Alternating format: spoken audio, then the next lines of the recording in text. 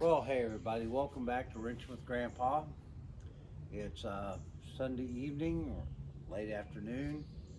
Uh, we've had some cloud cover, a drop in humidity, so it's not quite convection oven issues. So, thankfully, by the grace of my wife, I've been able to spend a little more time out in the shop today and yesterday than normally a weekend would provide. Now, I have been doing laundry and helping around the house and stuff too, but you know, it's an ongoing process. It's teamwork. You got to work as a couple, a family. Stuff's got to get done, right? Okay, so on with that. Oh, there's a breeze. Thank you, Jesus. All right, so this is going to be like part three of the break thing. So let's see where I'm at because, as you can tell, I've been at it. All right. Oh, listen, I've got some used parts if anybody's interested. This radiator, I have an original 273 66 CUDA. Uh, Probably have to rebuild the whole damn thing. A couple of old, I think, I'm not sure if those are thrush or cherry bombs. Being blue, I'm thinking thrush. But I'd take $1 for them. You pay the shipping. Water pump, uh, what, 25 cents? You pay the shipping. Anyway, no, those are going to the junk pile with some exhaust stuff. But yeah, I got to get them out of the way because my wife has said they look nasty. All right, let's take a look here what we got going on. This is the old brake line that ran down from the block at the firewall, or just below the firewall, excuse me, I'm trying to deal with this, to the rear brake assembly.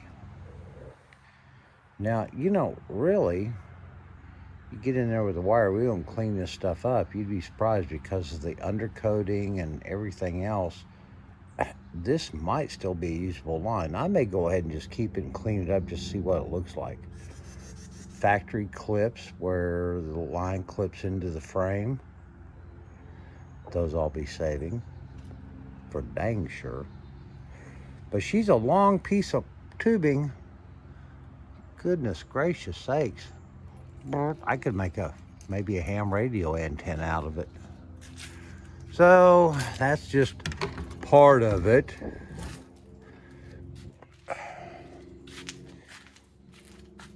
Then when you get down to the backside, you've got the line that runs over to your passenger rear side and into the slave cylinder. And this attaches with clips to the axle and diff. And you have a block that bolts into the axle frame, which actually does penetrate down into the axle casing. So you want to make sure when you put a block in there, you've got it properly sealed. If you don't, you're going to be blowing axle grease out around that block. I was amazed to find that out today. And of course, the old fitting was just not going to work. So, got out the old razor knife. And then you've got this running over to the driver's rear. All 3/16 factory line. I'm keeping it not only because I want to see if I can restore some of it. I'm going to need to use these blocks, obviously. But I just want to see what kind of shape they've held up to. And again, use them as templates. We've got all kinds of new stuff here. This will be the direct or the main feed line, flexible feed line that comes off the hard line to feed the block for the rear brakes. It's a Ray Bestis products. there's what's left of the other old one. And then we have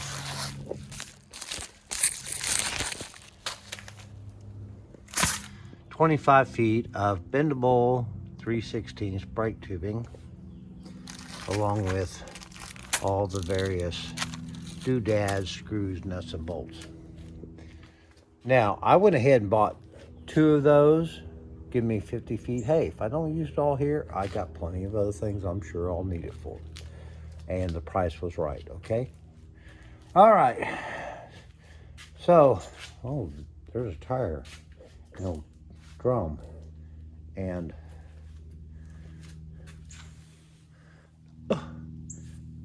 now, I have already in the past stripped this out, repainted all the back plates. Somebody said, what do you paint your back plates for? And I said, I always paint my back plates.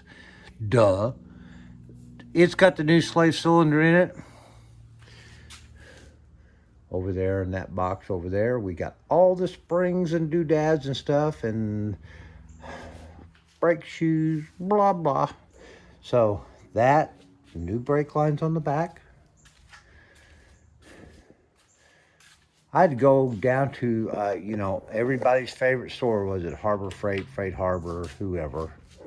The guys down the street with the good stuff that's, it's fairly good and it's inexpensive. Had to pick up a couple extra jack stands because I realized I only had 2 and I wasn't going to get under this thing without having proper, I'm too old to get squished under a car. It's too hard to clean the concrete. Anyway, so using the jack to just as a safety precaution, got the front up on some stands, started pulling the wheels off. I'll start ripping all this apart and seeing what a god-awful shape it's in.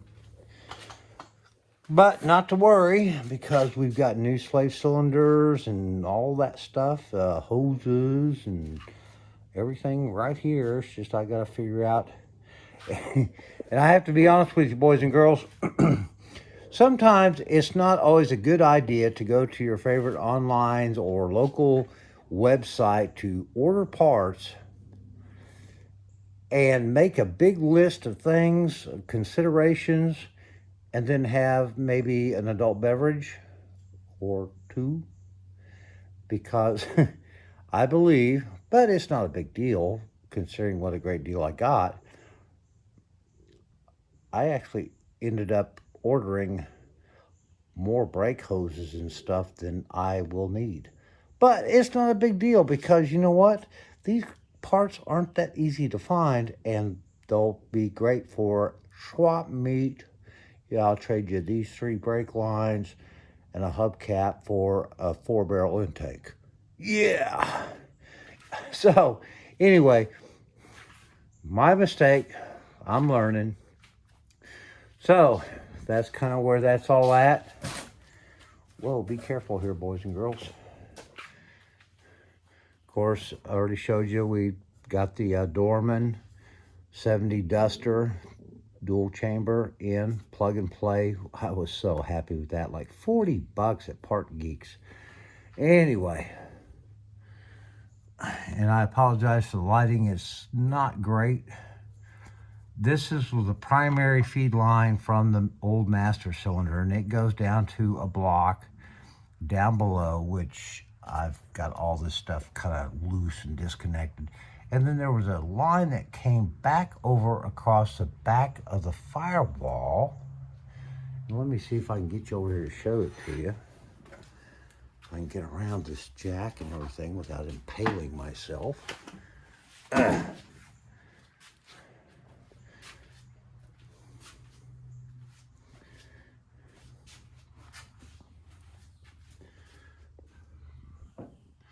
This line comes down along all behind all of this stuff and comes over here and goes down to this side. Well, that I've still got to deal with. So it's not quite fully detached.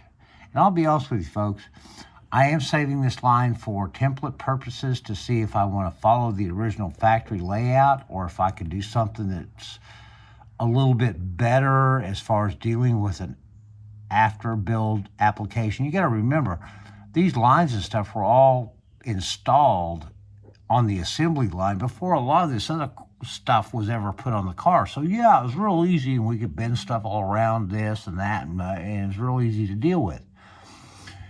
55 years later, undercoating rust, somebody else wrenching on her, that ain't the case today. So what I want to try to do is find a way that I can replumb this old girl and make it effective, efficient, and I don't spend the next 6 months trying to figure out why it ain't working. So if you've got any comments, suggestions, please feel free to chime in.